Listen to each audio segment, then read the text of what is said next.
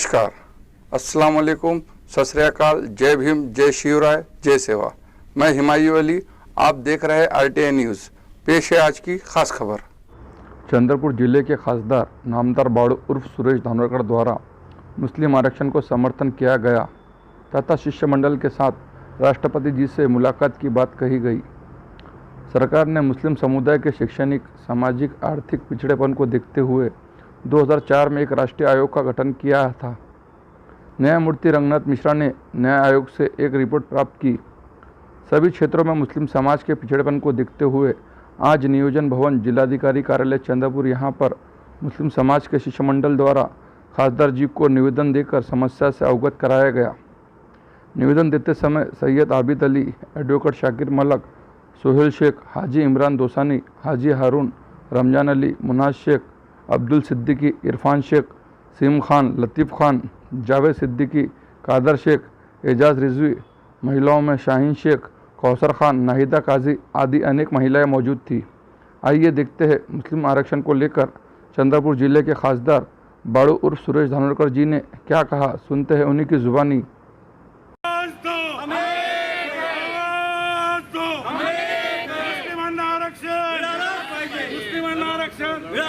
माननीय खासदार जी, ये मुस्लिम आरक्षण को लेके आपकी क्या भूमिका है? काफ़ी सालों से मुस्लिम समाज का ये लड़ा है। सामाजिक, राजकीय, आर्थिक, शैक्षणिक स्थिति में जो समाज मागास वर्गीय है उस समाज को आरक्षण मिलने के लिए है। काफ़ी सालों से जब भी असेंबली नागपुर में होती है, मुंबई में होती है, हर जगह मुस्लिम समाज बड़े ताकत से, बड़े पैमाने से वहाँ जाते हैं और हमेशा चर्चा होती रही है और इनके ऊपर सोल्यूशन नहीं निकला है। अभी देखा है आपने कि बीच में 5 साल एक भाजपा सेना युति की सरकार थी और सेंट्रल में भी मोदी सरकार की सत्ता थी। आज देश कौन सी दिशा की तरफ जा रहा है ये आपको भी पता है कि हर समाज में अपन जब बोलते हैं कि सारा हिंदू सत्ता हमारा, हर धर्म, हर समाज को साथ में लेके चलने की हम एक भावना रखते, ताकत रखते हैं और पर ऐसा दिखता नहीं है। यहाँ समाज में बंटवारा करना ये सब ये आज की वर्तमान परिस्थिति में सेंट्रल गवर्नमेंट की तरफ से ये चालू है। मैं यहाँ क्षेत्र का खासदार के नाते से मेरे साथ आदरणीय हमारे बड़े भाई सुभाष जी छोटे, मेरी मिसेस और रखी आमदार प्रतिभा धानोरकर, हमारे यहाँ के पालक मंत्री, हम सभी जन हम लोगों के साथ में हैं और पूरी ताकत के साथ ये आरक्षण का जो मुद्दा है वो लड़ाई, आपको पता है कि हर सब्जेक्ट हमने जब भी हाथ में लिया है लास्ट मोमेंट तक हम वहाँ तक पहुँचते, राष्ट्रपति तक जाना पड़े तो भी ये शिष्टमंडल हम 4 लोग यहाँ पूरे ताकत से आपके पीछे है। पूरा महाराष्ट्र में आज सत्ता में भी अपन है। आज हम अगर सत्ता के बाहर हो जाते तो सत्ता आपको पता है क्या पोजीशन होती है, तो हम ये सरकार को भी बताएंगे, आदरणीय उद्धव जी को बताएंगे। उद्धव जी भी इसके खिलाफ नहीं हैं, पर आज जब से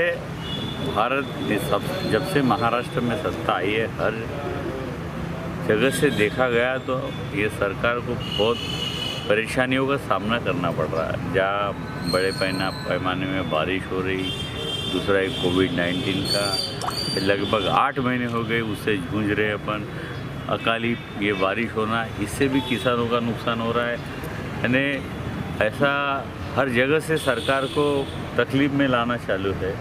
फिर भी और जो सरकार का GST का लगभग 28,000 करोड़ रुपए बकाया सेंट्रल गवर्नमेंट की तरफ है।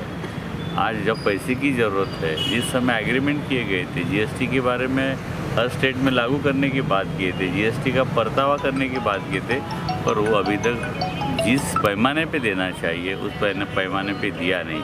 और ख़ास तौर पे बोलता हूँ, अभी बिहार के इलेक्शन है, जब भी वैक्सीन नहीं निकली और उधर से बोलते हैं मोदी जी ये हम आपको वैक्सीन देंगे, फ्री में वैक्सीन देंगे।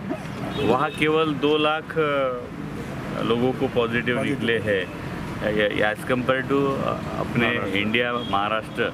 पर ऐसी एक लोगों को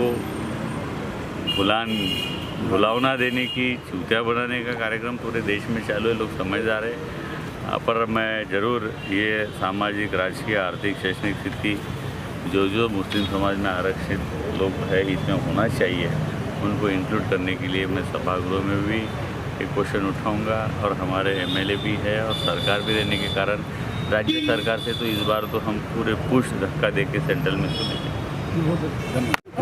भारत सरकार ने 29 अक्टूबर 2004 को पहली बार राष्ट्रीय आयोग का गठन किया था। उसके बाद यहाँ पे भारत में डॉक्टर रंगनाथ मिश्रा समिति का अहवाल आया, डॉक्टर न्यायमूर्ति सच्चर समिति का अहवाल आया और महाराष्ट्र गवर्नमेंट ने यहाँ पे डॉक्टर महमूदुर रहमान समिति का गठन कर मुसलमानों के हालात पर कुछ विकास की बातें करने के लिए उन्होंने प्रस्ताव दिया। और समितियों का जब चर्चा पटल पे हुई तो मुसलमानों के शैक्षणिक आरक्षण की बात की गई थी, लेकिन हुआ ऐसे कि जिस बात अहवाल आया गया 15 कलमी कार्यक्रम भारत सरकार ने बनाया, उसमें शिक्षा, सर्व शिक्षा अभियान, राष्ट्रीय ग्रामीण रोजगार, महिलाओं का सशक्तिकरण, माइक्रो क्रेडिट योजना, ऐसे बहुत सारी योजनाओं में मुसलमानों को शामिल करने का और दलित आदिवासियों की तरह विकास की प्रवाह में शामिल करने का प्रयास किया गया। लेकिन दुर्भाग्यपूर्ण कहना पड़ता है कि पूरे भारत में हर जिलाधिकारी के अध्यक्षता में एक अल्पसंख्यक कल्याण समिति बनाने का निर्णय सरकार ने लिया था, लेकिन पिछले 15 सालों में हमने कहीं पर भी कल्याण समिति बनी और उन्होंने मुसलमानों के विकास काम का आढ़ावा लिया, ऐसा कहीं नजर नहीं आया।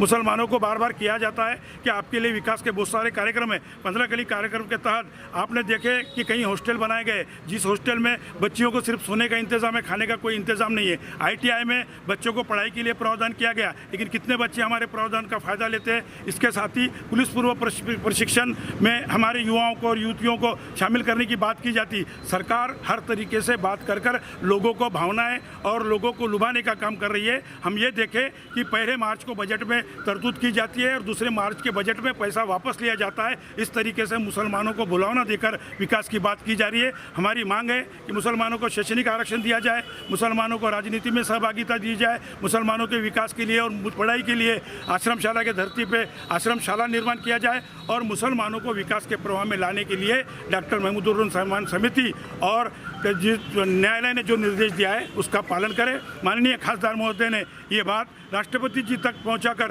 राज्यपाल जी से बात कर लोकसभा में पार्लियामेंट में चर्चा करेंगे, ऐसे हमें यहाँ पर बताया। और हमें विश्वास है कि सरकार मुसलमानों का, अगर आपने देखा कि जितने भी समितियों ने रिपोर्ट दी है उसमें पैरामीटर हर क्षेत्र में, चाहे बच्चियों का हो, महिलाओं का हो, ग्रामीण आरोग्य का हो या मुसलमानों के रोजगार की बात हो, सब में हमारा ढांचा ढल गया है, नीचे उतरा है और हमें विकास की प्रवाह से बहुत पिछड़े दिया गया है। हमारी मांग है कि मुसलमानों को आरक्षण, ये हमारा अधिकार है, हमको आरक्षण मिलना चाहिए। आरक्षण की मांग के लिए ये आंदोलन हमने माननीय खासदार बालू जी धानोरकर और हमारे क्षेत्र के 2 विधायक यहाँ उपस्थित थे, उनके सामने उन्होंने गवाही दी कि मैं मुसलमानों के साथ हूँ। मुसलमानों के लिए लोकसभा में भी बात करूँगा और विधानसभा में माननीय मुख्यमंत्री से चर्चा करके मैं आपके समर्थन में रहूँगा।